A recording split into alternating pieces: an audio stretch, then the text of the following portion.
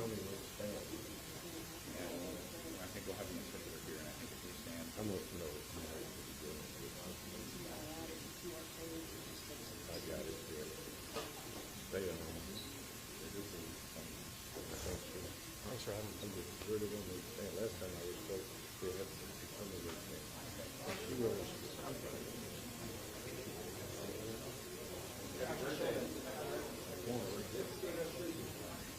Oh no, I got it. I'm prepared. I'm so close to it.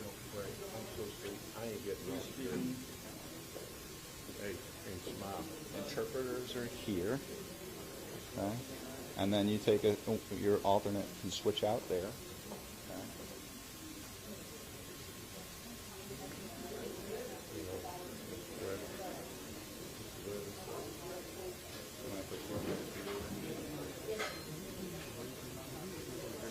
Yeah. This smile looks like the cat with the and everything. Okay. Stand up here with us. Okay. Glad I'm here. You know it's phone call. I can get it on the phone talking to people. Man, we do. Like I'm trying to decide over I got a day where I'm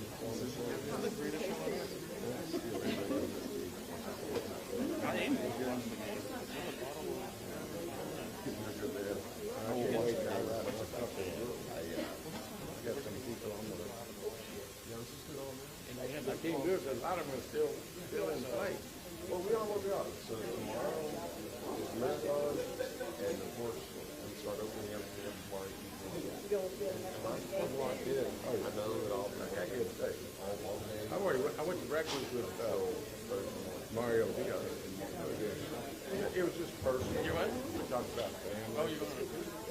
Yeah, he's fair. He's fair. I like Dave.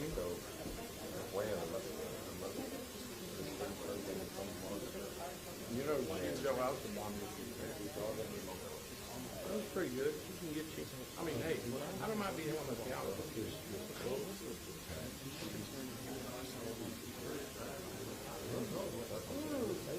just twist everything.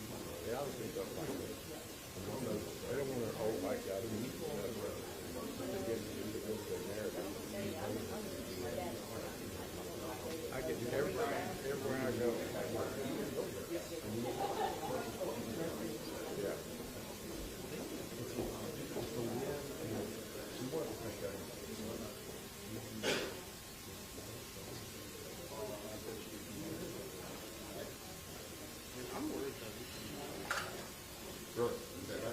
I'm weaking at the camera. Not Joe. I'm not.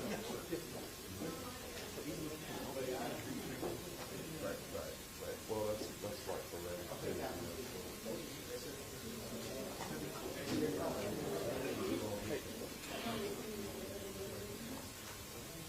Thank you, sir.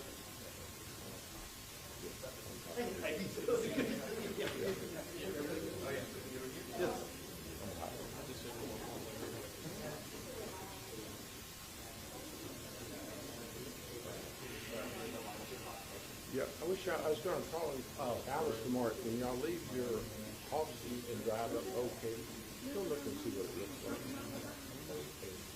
The one right out here. Leave your headquarters and it looks awesome. It looks awesome. Yeah, I wish I'd have been there. Nice to see you. There you go. Yeah, I see that little bit. Parking officer. I'll stand next to the guy with the gun.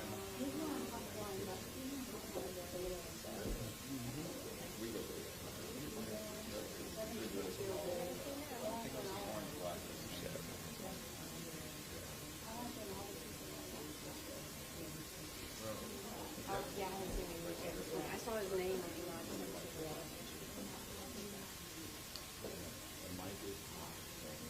Well, I am too, so let's go.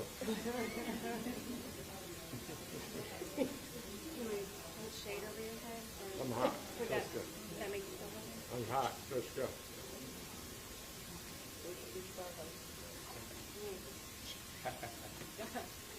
saying who's on the line.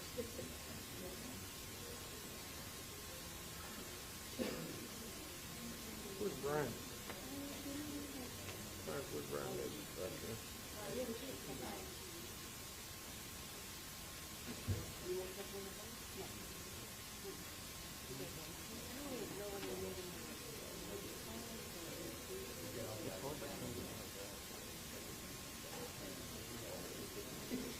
Don't walk my knees. I don't know that. That would be.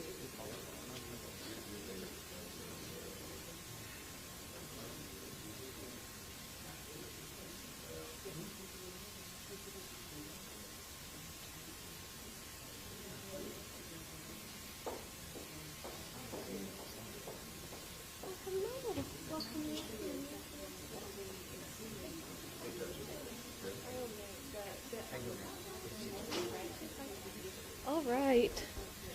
Good morning, everyone.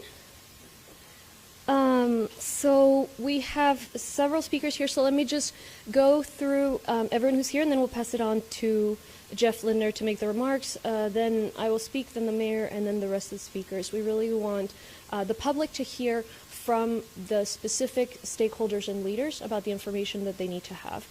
So Jeff Lindner is here, our chief meteorologist. Chief Christensen is here, our fire marshal. Chato Woodard, plumber. Mark Sloan, our director of Homeland Security and Emergency Management. Glenn Albritton and Raquel Lewis. Ms. Lewis will speak from TxDOT.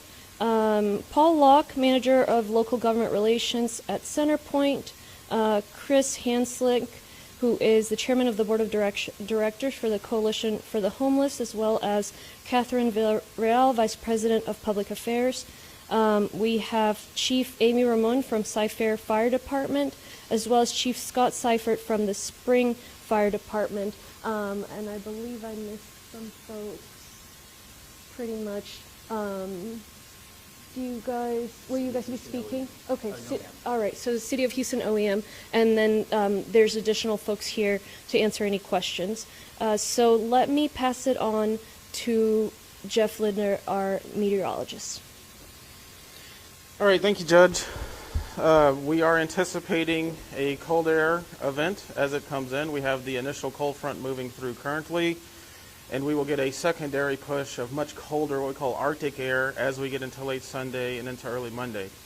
And so we do anticipate freezing conditions across Harris County and the metro area as we get into Sunday night and Monday morning. This is what we consider a light freeze. So we're talking upper 20s and low 30s, but it will be extremely cold outside.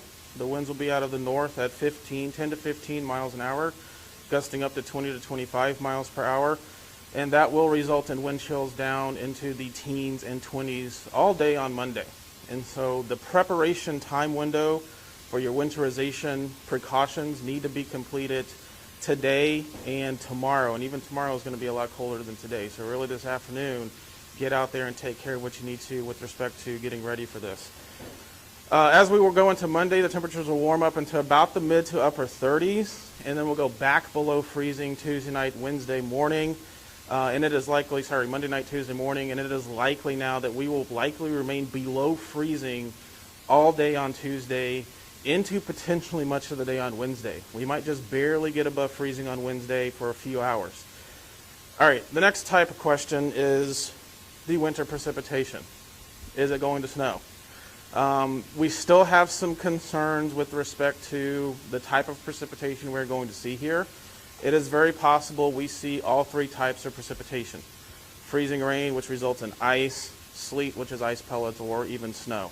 It's possible that some areas get more snow than they get ice. It just really depends. We're still uncertain on the temperature profiles in the atmosphere above us of what type of precipitation falls. The point being going forward is that whatever falls, whatever precipitation happens, starting sometime late Monday afternoon into early Monday evening, is going to be impactful for our area. So it doesn't really matter if you get freezing rain or you get sleet or you get snow. Whatever it is, we are going to have issues, especially on our roadway systems. This is not a case where it's just the bridges and the overpasses. Surface streets potentially also will have some accumulation of this precipitation. And because the temperatures likely will not rise a whole lot on Wednesday, we could be dealing with whatever falls and however much falls, we could be dealing with that into Wednesday night, and even into Thursday morning. And so the big takeaway is this is really looking like a travel disrupting type of a weather situation where really travel is going to be very difficult, if not impossible, as we get into late Monday evening, Monday night, Tuesday night, and even into the days on Wednesday.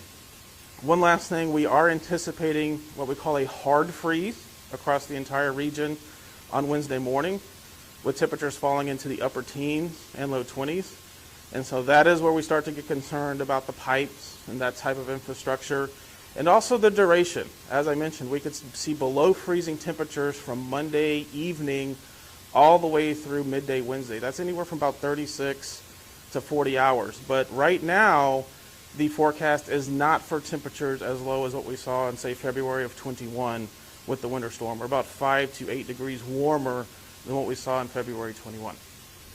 Judge? Thank you, Jeff, and thank you again, everyone, for joining us here today. And Mayor, it's great to have you. Thank you. I appreciate the partnership. So it's hard to believe that there is going to be cold weather and gray skies because it's absolutely beautiful outside, and it's going to be up to 60 degrees today. Tomorrow, everyone who's running the marathon or working the marathon knows it's going to be very, very cold. But above freezing and sunny again. So I just need for us to prepare and sort of separate ourselves from what we're seeing outside and trust these forecasts that meteorologists are explaining to us, and realize that there is some winter weather coming here on Monday, and we need to take it seriously, and we need to prepare now. By the time your outside pipes, your plants, your pets, and others start seeing impacts, it'll be too late if you don't do the preparations this weekend, ideally before Monday, when it'll hit below freezing. It'll be below freezing until at least Wednesday, possibly Thursday. There's a little bit of uncertainty there. And so just remember, those are days where it's going to be very, very cold. There may be, you may get sleet, you may get snow, you may get ice, but no matter where you live in the county, you're going to get one of those at some point. And so that's going to have some impacts. And there's also obviously the concern of mobility. And it's the same thing. We'll hear about it from TxDOT here in a little bit, but we need people to really plan to be in the same place from Monday night until the end of Wednesday, possibly into Thursday. So that's a request, not just for everybody, but particularly for our employers. Please be really thoughtful about that. It's going to be dangerous in the roads. Yes, TxDOT and our crews are maintaining the roads, but we only have the capacity to do so for first responders, for emergencies. We don't have the capacity to make them passable or useful in a day-to-day type basis. So I just want folks to plan ahead for that. We do have Centerpoint that'll speak in a little bit about the power situation, but we spoke with ERCOT earlier today, and with PUC earlier today, and they were very direct that at this time they're not expecting any issues. Usually if there's a gap of around 5,000 megawatts or less between the production and expected demand, that's when we get into trouble. They have mapped out expected demand based on what we're seeing, and right now that gap between expected demand and production is at least 15,000 megawatts all throughout the incident. The other thing to know is the weather this time, unlike 2021, is going to be impacting just our region. And so that's another reason why we're not going to see that power demand all throughout Texas as we did that time. And we're not going to have, according to PUC, a shortage of of production. They don't expect there to be any issues, for example, covering on solar panels or wind production equipment that would then limit our ability to produce power.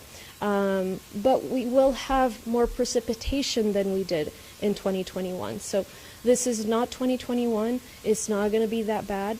Why? Because back then it was colder and for a longer amount of time. But because we are going to have cold temperatures and we are going to have precipitation, there are obviously going to be impacts to the day-to-day. I know a lot of folks have questions about warming center shelters. We have both. The city and the county are working on, I think, 35 total, and we have some of them mapped out as they come online. This is on readyharris.org. As they come online, we will have information as to what each one has.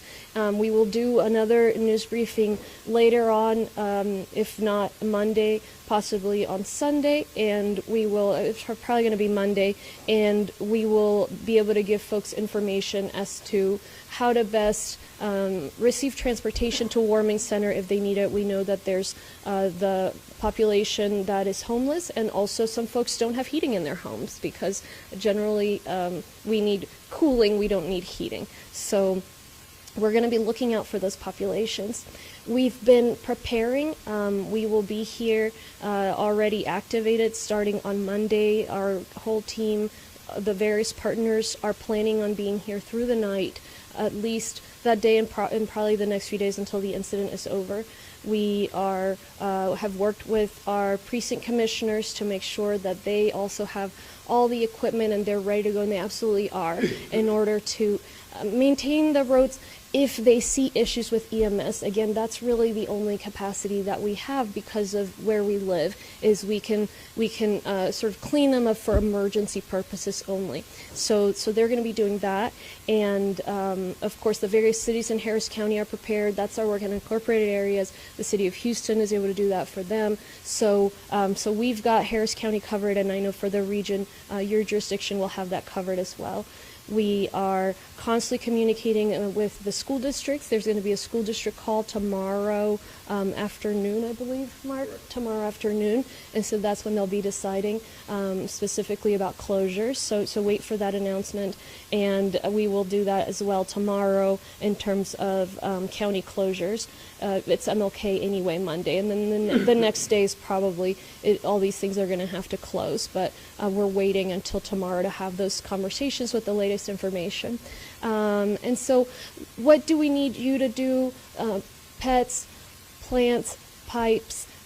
We have Chato Woodward here with the plumbers who's going to give the best recommendation as to what you do with your pipes. Obviously, you use your discretion, but we want to provide you with our recommendation. The big ask that we have is do not call 911 unless it's an emergency. If you are cold, make your way to a warming center, a warming shelter. Don't go to Bentob. Don't go to LBJ. Those are hospitals that we need for people who are sick, who are going through a medical emergency, and 911, same thing. So that's what we need you to do. Let me repeat my remarks in Spanish, and then I'll pass it on to Mayor Whitmire.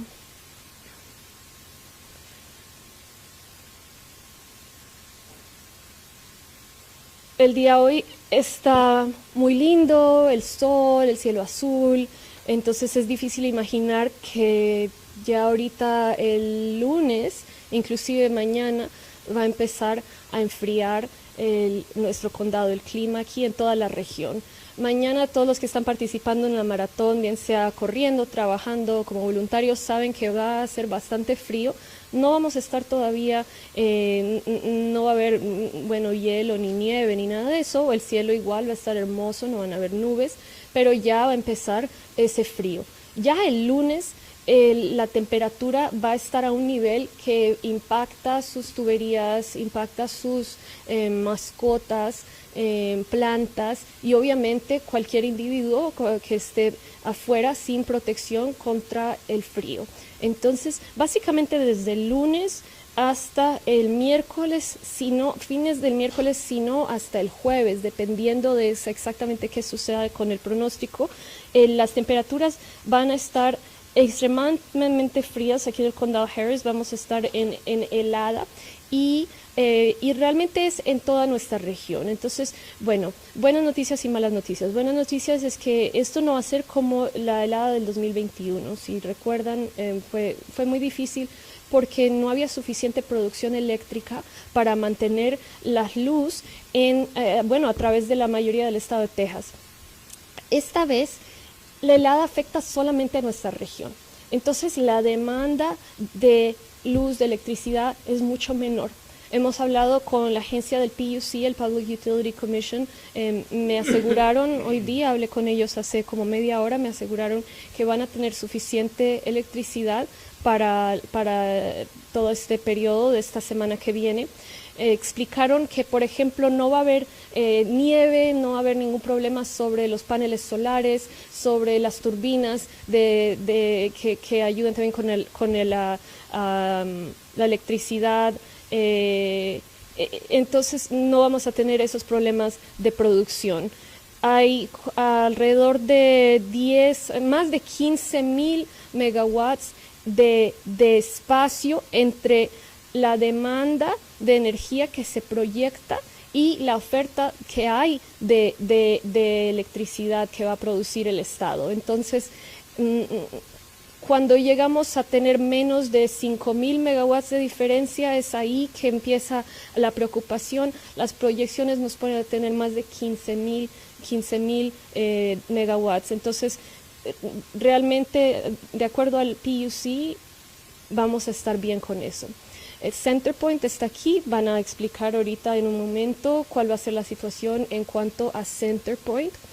Entonces, no va a ser tan difícil como fue en 2021, pero sí va a ser un reto. ¿Por qué? Porque va a caer más nieve, lluvia fría, lluvia helada que el año pasado, por ejemplo, e inclusive que en el 2021. Donde sea que viva usted, si vive en la costa, si vive en el área de Hockley, más al norte, va a recibir impactos cuando caiga esa lluvia, bien sea, como les dije, lluvia helada o inclusive nieve. Y eso lo que va a hacer es impactar nuestras vías. Entonces, necesitamos que, aunque es difícil imaginarlo, que proyectemos ahorita, nos imaginemos que es el lunes por la noche y que no vamos a poder salir a las vías, no vamos a poder conducir desde el lunes hasta por ahí el miércoles, finales del miércoles o el jueves. Van a estar muy peligrosas las vías. Obviamente, tanto el estado Texas como el condado, las varias ciudades, vamos a estar manteniendo cuanto más podamos esas vías, las vías principales, las más pequeñas, pero como no vivimos en un área que realmente tiene un invierno como lo hay en el norte, no tenemos el equipo para mantener las vías de tal manera que podamos seguir un día a día normal. Entonces, las únicas personas que van a poder utilizar las vías van a ser los vehículos de emergencia, cualquier cosa absolutamente necesaria. Va a ser muy peligroso que los demás salgamos. De hecho, yo estaré aquí en este edificio desde el lunes por la noche. Aquí vamos a estar trabajando. Estamos planeando para eso. Estamos hablando con las escuelas. Mañana por la tarde va a haber una llamada entre las escuelas públicas. Van a decidir exactamente cuándo van a cerrar. También estamos determinando y finalizando los centros de calentamiento. Como ven aquí ya hay varios, vamos a tener alrededor de 35 y algunos van a ser solo para el día, algunos para la noche. Sabemos que muchas personas de repente no tienen manera de calentar su hogar, porque aquí lo que utilizamos es el aire acondicionado. Entonces vamos a tener otra rueda de prensa lunes, lo más probable, y vamos a explicarle ahí a todos los individuos, bien sea que no tengan en el hogar sistema de calentador, o también estamos apoyando a las personas sin hogar para que puedan pedir ayuda para llegar a estos centros de calentamiento si es que los necesitan. Entonces, bueno, para finalizar, necesitamos que protejan a sus mascotas, que protejan sus tuberías, que protejan sus plantas, que vayan preparándose ahorita para el lunes. Si esperan hasta el lunes, se va a congelar todo eso. y que planeen especialmente a los empleadores. Si usted tiene empleados, le estamos pidiendo directamente, por favor, no los haga ir al trabajo esta semana, no los haga conducir, es muy peligroso. Y le estamos pidiendo a todos que estén en casa. De repente se ven las vías bien, pero no lo van a estar. Va a haber hielo, van a ser muy peligrosas y no queremos ver esos accidentes. Entonces, finalmente, bueno, también si tiene frío, alguna preocupación, por favor no llame a 911 a menos de que sea urgencia y por favor no se presente a los hospitales públicos a menos de que sea también una emergencia. Bueno, vamos a trabajar todos juntos en esto. Es algo que puede manejarse si es que todos ponemos de nuestra parte. Y ahora voy a invitar a varios líderes de la comunidad a que expliquen con más detalle el área de ellos. Pero primero vamos a presentar a que hable el alcalde Whitmire. Thank you again, Mayor, for your partnership. So we'll hear from Mayor Whitmire. Thank you, Judge Hidalgo, for inviting me to this informative press conference. As everyone knows, I have built the foundation of my administration on collaboration, and certainly it's being demonstrated today. In fact, thank you for sharing your contacts as first responders. I would like to point out most of my first responders are spread across Houston getting ready for certainly the Chevron Marathon in the morning. Regardless of the weather, the Chevron Marathon must go on, and certainly the MLK Parade on Monday morning. But I do have three of my really individuals that we depend on in a weather event such as this. Is Angela Blanchard, my Chief of Recovery and Resilience, who will be monitoring things and having our community so prepared. Chief Satterwhite, Homeland Security Director, constantly monitors things with HPD and other agencies to make certain that everyone knows they do have a place to get out of the weather. He's done a magnificent job the last 2 weeks of monitoring and running the Fondy Center. No one in the last 2 weeks with some harsh weather did not have a place to get out of the weather. He does an excellent job of encouraging them, very persuasive that it's in their best interest to seek shelter. And of course, Brian Mason, who a year ago was running this outstanding operation, but now we're fortunate to have him as the director of the city's emergency center, and he does not miss a beat, certainly collaborating with all of our agencies, including the State of Texas Emergency Center. But we're here today to focus on this weather episode. The city has been in operations for the last couple of weeks. We monitor the weather with the National Weather Service hourly. We've done so since a week ago Friday when we opened the Fondy Center. And now this critical, apparent critical weather, listening to all the experts. We have now, starting tomorrow night, opening 10 warming centers, and we're collaborating with the Commissioners Court. I really want to thank the commissioners for sharing their resources and their operations so we can work as partners. But we will open our warming centers across the city at 6 o'clock tomorrow evening. Seek an opportunity to get out of the weather. You'll have safe protections, resources, and we'll run that through next Thursday. We'll monitor midday Thursday when we believe we'll be in a position to say mission accomplished. But let me just also emphasize, tomorrow we want a safe, fun Chevron Marathon. Safety is our highest priority. We have over 1,000 HPD officers that will be on the streets along the route, along with other agencies, including federal agencies. So I would encourage everyone to have fun tomorrow, dress appropriately. If you see something, say something. And then we'll go right into Monday and have 2 MLK parades, same conditions. It'll be cold, be smart, dress appropriately. We have HPD and the same agencies that will assure our safety for the Chevron We'll do the same for the MLK parades. So I'm just pleased to see that we live in such a great city, great county, great people, but we do have challenges, like most major cities and urban populations. In Houston and Harris County, we definitely put all hands on deck, and we're not going to do anything that needs to get done to protect our citizens from the elements. Make sure your pets, bark will be available at the warming centers to assist you with your pets. I will close with a very happy note that Rocky, the K-9 officer that saved lives literally last week in the shootout, is recovering rapidly, and I was told he's expressing he's ready to go back to work. So it's just really a great day to be the mayor of Houston and to work with Judge Hidalgo and her team.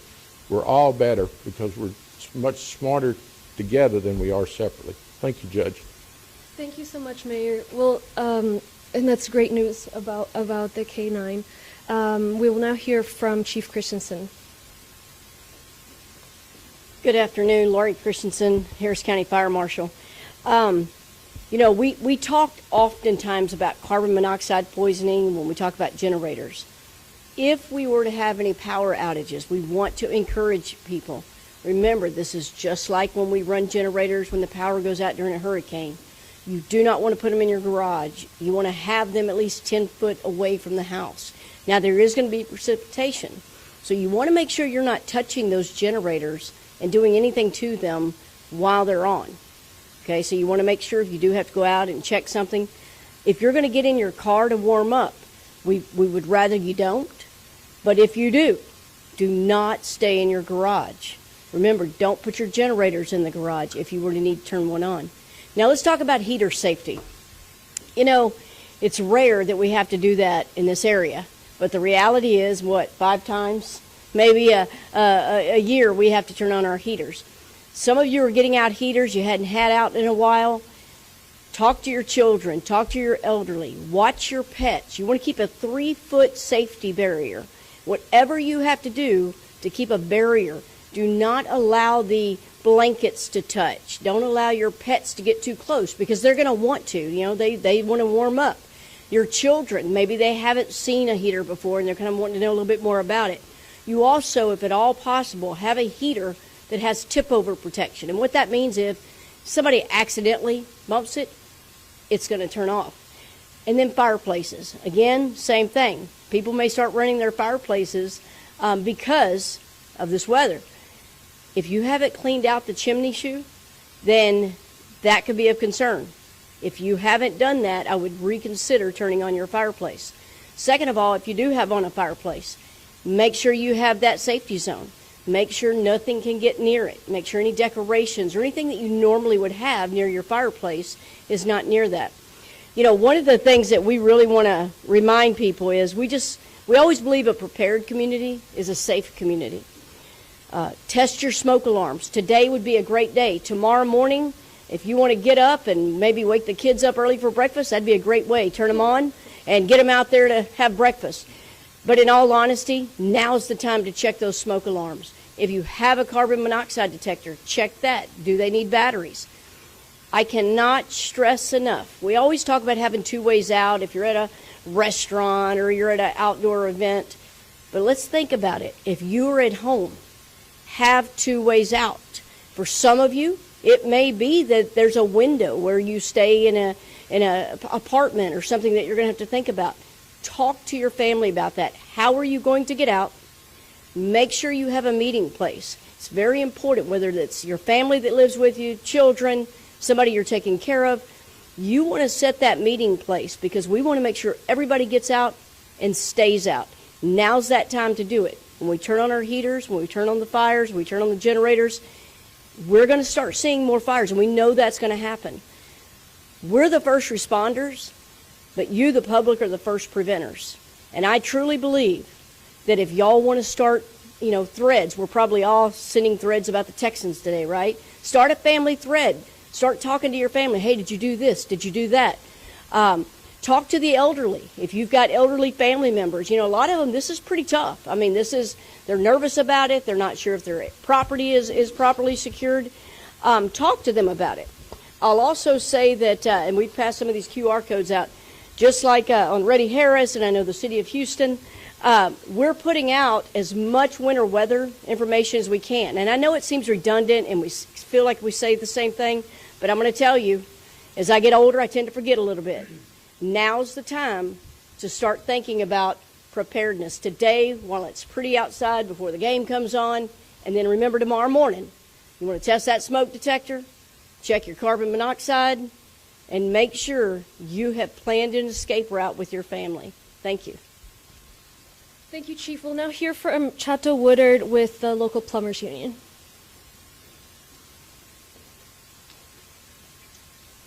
Good afternoon. I guess we'll start with some of the lessons we learned from other past cold weather events. Your sprinkler system, you always hear or you read online to turn your sprinkler system off and try to drain it. Well, there's much more to your sprinkler system. One point being your backflow preventer. A lot of people in the past freezes have forgot their backflow preventer. They've drained the water outside, underground, got all the water out of their sprinkler heads, but they leave a little water in your backflow preventers. In my opinion, those are almost important as the whole sprinkler system itself because, number one, they went up in price and they're very prone to freezing. So when you get to that backflow, and all the backflow preventer is, it keeps the water going one way that feeds your sprinkler system. That's all it does. If something was to happen and there was back siphonage, it would spit out of that backflow preventer.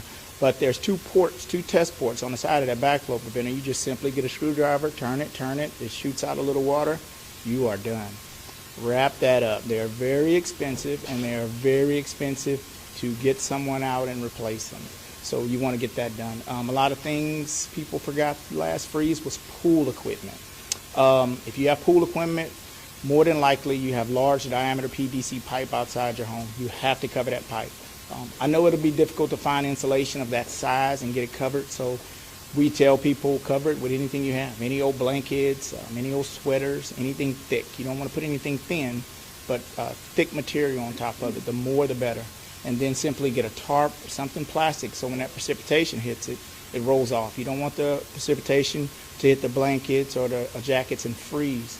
It'll freeze that whole line. So you want to keep those covered. But also, most people have their pool equipment running during the day, 8-10 hours. You want to run that pool equipment 24/7. You want to keep that water moving so it doesn't have time to freeze, just like in your home. Moving into your home, some of the frequently asked questions some of our contractors got last go round, if they were leaving their home, what should they do? If you're leaving your home, maybe you're going to a warming center, maybe you're going to stay with an older relative or some other relatives that maybe have a generator, and you want to know what to do with your system at home, we tell everybody we think you should drain it. You have 2 points to turn off your water feeding your home. So you have the main out in the yard that ties into the city. You can turn that off there, but you also have an isolation valve usually on the side of your home. It'll come up vertical. You'll have a valve on it. And that's how I tell people you know if your water is on, because that valve will be in line with the pipe. If it turns sideways, you turn it horizontal, and the line's going the other way, that means your water's off. So you want to shut that off going into your home. If you have a spigot outside, drain it there. Then go in your home, drain it at the highest point, and work your way down. Drain as much water out of that system as you can. So when you leave your home, something goes wrong. They say it won't be any outages, but just in case, you want to go ahead and drain that water if you're going to be gone for the week. If you are going to be home, everything outside needs to be wrapped, plain and simple. That line coming up that feeds into your home, you need to have that insulated if you can. If you can't have it insulated, wrap it with something thick, tape it up. Anything plumbing related outdoor that is exposed, it needs to be covered. Then you go up to your attic where your water would go next. If you have exposed piping in your attic and you can physically see it maybe sticking out of the insulation or something, you want that pipe insulated, or you want something covering that pipe. Again, just in case power goes out. Then you drop down into your home, let's say your kitchen sink, your restroom sink. Open your cabinets. Get that ambient air inside of those cabinets. You're going to have your heat on, I'm pretty sure, so get that warm air in there so there's no chance of any of those lines having any problems. Get all that, warm air in there. Keep them open, leave them open as long as you're home during the week and as long as those temperatures stay down really, really low. You want to keep that air going in there. And of course, everybody kind of argues about it, running water, not running water. I'm a big proponent of letting that water drip. If you're not using it, you use it typically during the day. You wash your hands, go to the restroom, get a drink of water from there. But at night, for a long period of time, typically you don't run water. You want to keep that water running, dripping, small drip. It doesn't have to be a steady stream, just a small, small drip. If it's stagnant, it can freeze. So you want to keep it running through the pipes, most you can. Water can't compress, it only can expand. So when it freezes, it's going to burst that pipe. And the last one was PEX piping. Will PEX piping burst? We had multiple occurrences of PEX piping burst. Don't believe that just because you have PEX, you don't have to cover it, you don't have to insulate it, it's not going to burst. It will burst, just like your PVC, your CPVC, and your copper. So just take the proper precautions. Thank you so much, Mr. Woodard. And everyone will be available for questions later. So let me call up Raquel Lewis, who is TxDOT's Southeast Public Information Officer Section Director. Good morning, Raquel Lewis with TxDOT. Just wanted to make sure that you all know that we are out preparing our roadway and our roadway system. We prepare it with a brine system chemical that allows us to recover the system faster. Basically, our crews are out. They're starting today through the next few days over the weekend to prepare the system so that we are able to recover because the temperatures are lowered at freezing point. As you've heard, this is likely to be a travel interruption event. We are encouraging people to stay very situationally aware. We know that today and tomorrow and Monday will be really nice days, but the temperature will begin to fall. Once we hit 32 degrees and below, you have the opportunity for precipitation and any liquid to become frozen. That creates a very, very challenging situation for motorists and for drivers. Avoid any and all unnecessary travel. We are encouraging you to be very mindful about being in place and be prepared to stay in place by Monday afternoon, Monday evening for what may come for the next couple of days into Wednesday. We certainly want you to drive to conditions if you have to travel, but certainly avoiding unnecessary travel is the key in this situation to staying safe. Please be mindful as you see our crews out. Stay safe. Move to the side, allow them to do their work so that the system can stay efficient and effective and we can recover as soon as possible as temperatures begin to warm later. Thank you. Thank you so much. We'll now hear from Paul Locke, who is the Manager of Local Government Relations at Centerpoint. Thank you, Judge. Centerpoint's been monitoring the weather over the past several days and we're ready to go. We've got approximately 1,200 mutual assistance crews that will be here by midday Monday. We've got 3 staging sites set up across the region, one at the former Astro World, one in Brazoria County, and one at Moody Gardens in Galveston. We encourage residents to have a plan in case they are without power for an extended amount of time, and safety is our core value. If you see a down power line, please stay away, call us. If you smell natural gas inside your home, walk outside and contact us. And I would like to echo what the chief said about carbon monoxide. If you do have nausea, headaches, or dizziness, step outside, get some clean air, and call 911. Thank you. Thank you. We'll now hear from Chris Hanslick, the Chairman of the Board of Directors at the Coalition for the Homeless. Thank you, Judge. Good afternoon. My name is Chris Hanslick. I'm the chairman of the board for the Coalition for the Homeless, or CFTH. CFTH is the coordinating agency for all of our homeless response systems here in Harris County and the city of Houston. We work with over 100 agency partners, as well as the county and the city, in providing shelter for our homeless population. At last count, there were approximately 3,000 homeless people in Harris County. About a third of those are unsheltered. And our job is to make sure that we can provide a safe, warm location for them as we prepare for the freezing temperatures ahead. We've worked closely with the city and the county and want to thank you for your cooperation opening warming centers, approximately 35 throughout the region, for the homeless population and anyone experiencing the cold weather. We also want to thank the Harris County Office of Emergency Management, who's donated over 200 blankets. Our outreach teams have been distributing those in preparation for the cold. And finally, we want to thank the Salvation Army, the Lord of the Streets, as well as the Beacon for having their teams at the warming center locations to take in and help coordinate the people coming in and making sure we have information on them in our database. But let me be clear. While we are prepared and our hearts are with the homeless and the unsheltered as we approach freezing temperatures this week, no one should spend a night on the streets homeless and unsheltered. And our job is to make sure that we can continue the fight on homelessness, not just this week, but 365 days a year in this region. Thank you for having us. And if you want any more information on how you can help the homeless population and the unsheltered, you can visit our website at cfthhouston.org, or our agency partners. There's a list of those at the wayhomehouston.org, and there's ways to donate even before the freeze comes. So thank you. Thank you, Judge. Thank you. Thank you so much. Yes. Oh, sorry. I thought I heard someone say something. And the Way Home Houston obviously is a collaboration with the city and the county and the Coalition for the Homeless and others, which we really appreciate. We will hear now from Chief Amy Ramon of the Cy-Fair Fire Department, who is also the Texas Fire Chief of the Year for 2024. I would just like to say from the Harris County Fire Departments and EMS departments, if you can stay home, please stay home. We need the roads to be available for emergency use only. If you remember, during Winter Storm Uri, the hospitals were overflowing, and therefore the ambulances backed up trying to unload patients. So there was a bottleneck in the system. So if you have to call 911, please make sure it's for an emergency. Only emergencies should be calling 911. We want to make sure that we've talked about portable generators and CO.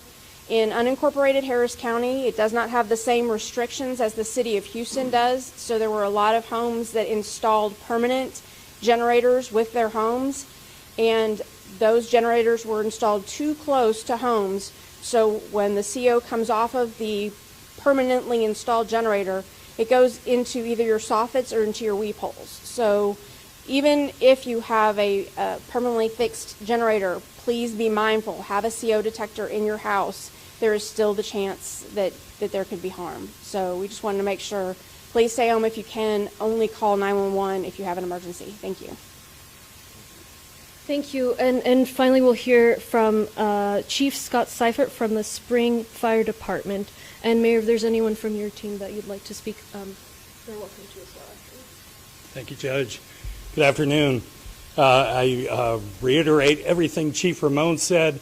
I'll just talk about space heaters. If you have one and you're cold outside, you use that space heater. Make sure you got at least 3 foot around it. Make sure that it's clear of all things that could catch fire. And if you have a unit that has a tip over feature, it'll shut it off. So that's all I have, Judge. Thank you. Thank you. Mayor, do you have anything to add? The last thing I'll add is we have a steer list, and so what this is, it's a registry for assistance in case of emergency, and we ask medically vulnerable individuals to register for the steer list, STEAR. And what we're doing right now is calling through all the individuals who've registered to make sure that they have what they need in preparation for this freezing weather. And so if you are a medically vulnerable person, or you don't have heating in your home, etc., call 211 to register. So what you have to do is call 211. After selecting one for English, you will select option 4 to register. It's quote, register for assistance in evacuation in case of an emergency like hurricane or freeze. So you're not registering to evacuate, but anyway, that is the option to register for the steer list. And of course, we're constantly working on those on those options for them to be sort of clearer for the callers. So, en español, repetir brevemente que tenemos una lista, es el registro de asistencia de emergencia del estado de Texas, STEAR, STEER. Si usted tiene una condición médica que la va a afectar ahorita con este clima invernal, o si de repente usted no tiene la opción de calentar su hogar, le pedimos que se registre en esta lista. Lo que estamos haciendo desde hoy, desde hace unos días, es llamando a todas las personas que se han registrado vía STEER para ver qué necesitan y ayudarlas si tienen alguna necesidad que tenga que ver con el clima que viene. Entonces, para registrarse, visite el 211 o llame al 211 y después de elegir la opción del español, seleccione la opción 4, es registrarse para asistencia en evacuar en caso de una emergencia como un huracán o una helada. Obviamente no se está registrando para una evacuación, pero esta es la opción que le ayudará a registrarse para la lista de STEER. Okay, so we'll leave it there. Thank you so much for all the partners, and we will now take press questions. Go ahead.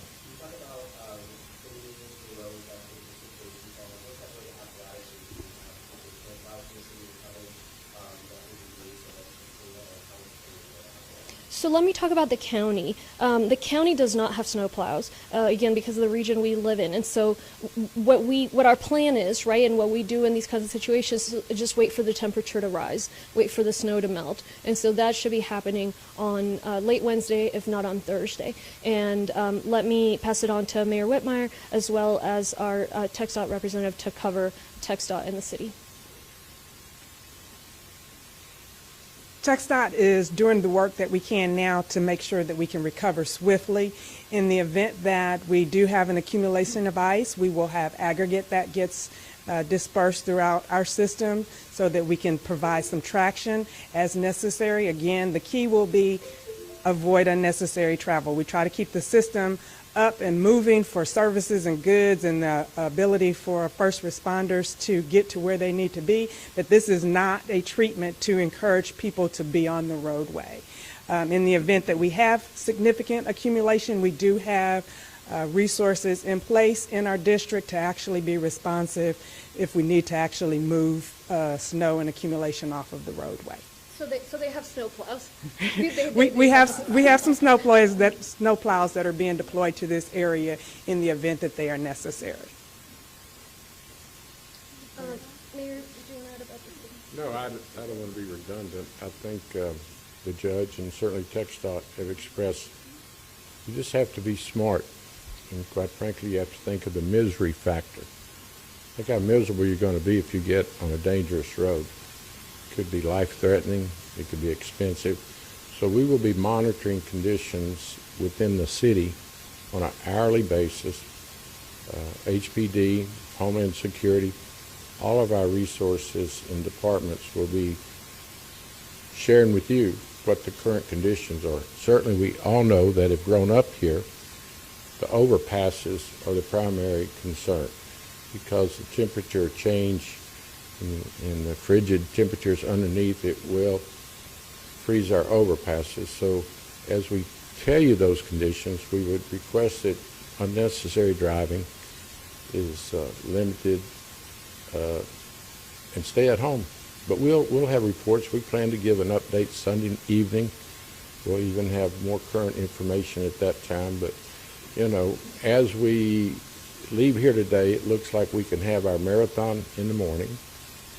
We want to be there at 5:30, and then we'll have 2 outstanding parades Monday, and then we'll monitor the conditions, and we'll depend on TxDOT on our overpasses, certainly our partners at the county and the unincorporated area, but HPD does an excellent job, whether it's a flood or a freeze, any other disaster. We're all hands on deck. That's why we're here today, to collaborate and see how we can even do a better job of keeping our community safe.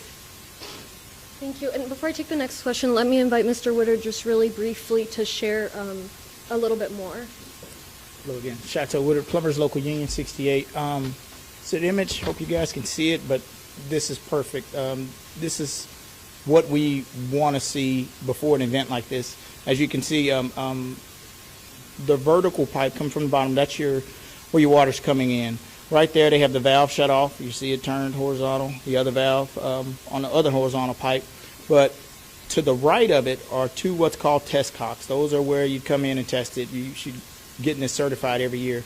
You just turn those a quarter turn and water will spew, and that will take every drop of water outside of that backflow preventer. And we stress the importance of this because we've seen them fail.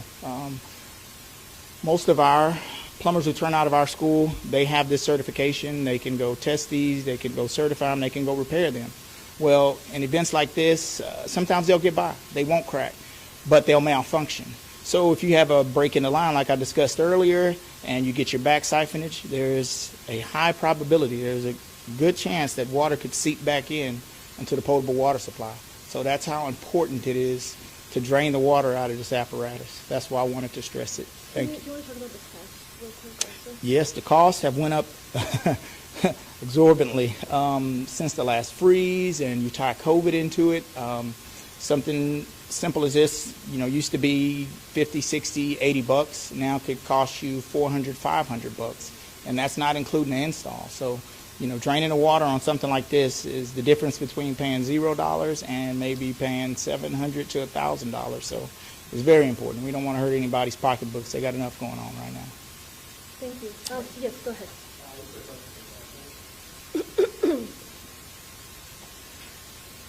Yes, sir.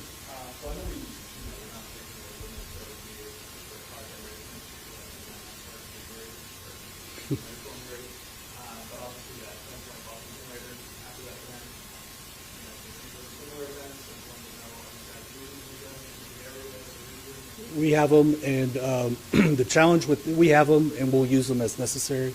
Problem is, it takes 8 hours to set up, but we will work with our City of Houston and Harris County and other county partners to determine where the need is, and we'll establish them accordingly.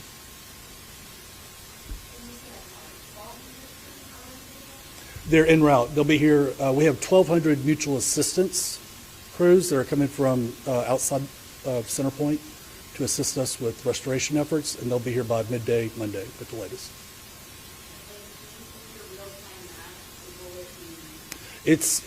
We've improved that. We've gone to a cloud-based system, and we can adjust it. We can add more space as demand or users come on. Any other questions?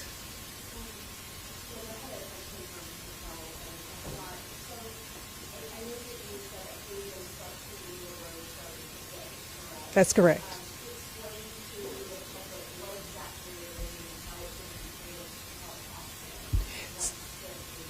So what we do is a chemical combination that is a brine solution, basically salt, that is applied and sprayed onto the roadway. It's affixed to the pavement so that it creates an opportunity to bind to the pavement and reduces the temperature at which precipitation will turn from, liquid to ice.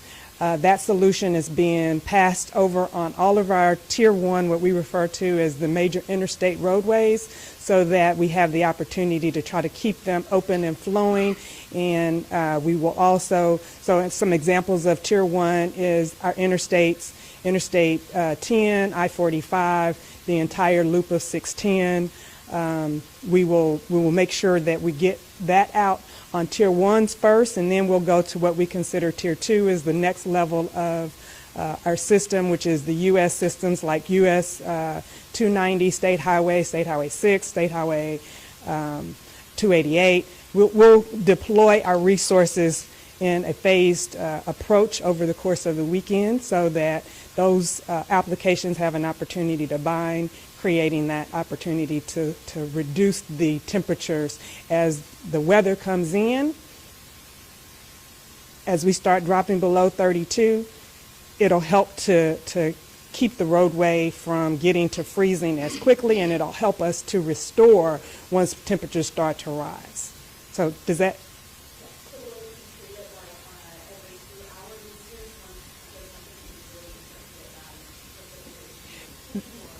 The intent is for it to be moved out in advance of precipitation, so it's not something that we have to continue to do. It's something that we have to do before the rainfall comes and try to get it to a place that it can be in place so that the temperatures help it to gel from the standpoint of being effective when the temperature drops.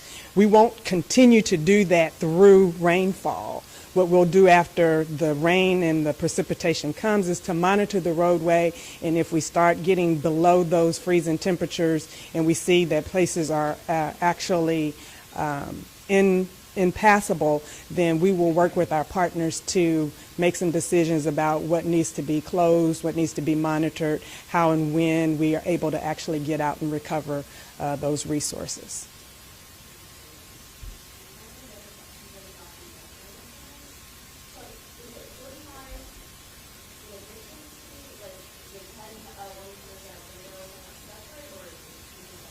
It's 35 total. 35 total. My understanding, the county unincorporated areas, we have 25. The city has 10, but I may have that balance wrong. Sounds like that's the case. But look, we're all it's one and the same. We're all collaborating, and let me just add on the roads piece, and Jeff Linner will correct me if I'm wrong, but. Normally we worry just about the overpasses, but this time we're also worried about the other roads because of how low the temperature is getting. So that's why, even though we have the treatment in these interstates, obviously it would still get too cold for that, but also, the rest of the roads, we can't treat all of them.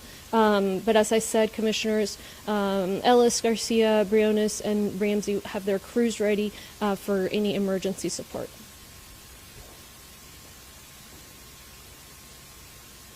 Anything else from the back? All right. Thank you guys so much.